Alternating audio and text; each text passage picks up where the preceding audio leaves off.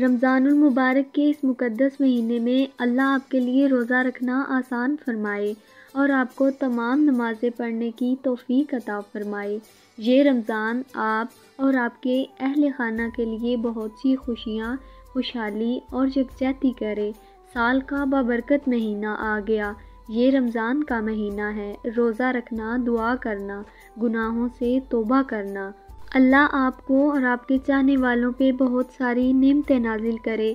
رمضان پھر نعمتوں کے ساتھ ہمارے درمیان ہے، تو آئیے خدا سے دعا ہے کہ وہ ہمارے وسائل میں خوشحالی عطا کرے تاکہ ہم اس کے لوگوں کو زیادہ سے زیادہ عطیہ کر سکیں۔ اللہ کی رحمتیں ہم پر ہمیشہ رہیں گی۔ جشن منائیں اور لطف اٹھائیں، جیسا کہ ایک بار پھر ہمیں توبہ کرنے اور اپنے گناہوں کی معافی مانگنے اور معاف کرنے کا موقع دیا جائے گا۔ معافی کا مہینہ، جہنم سے آزادی، رحمت اور آپ کے راستے میں برکت۔ اور میں اللہ رب العزت سے دعا گو ہوں کہ وہ آپ کی پوری زندگی کو صحت اور دولت سے روشن کرے۔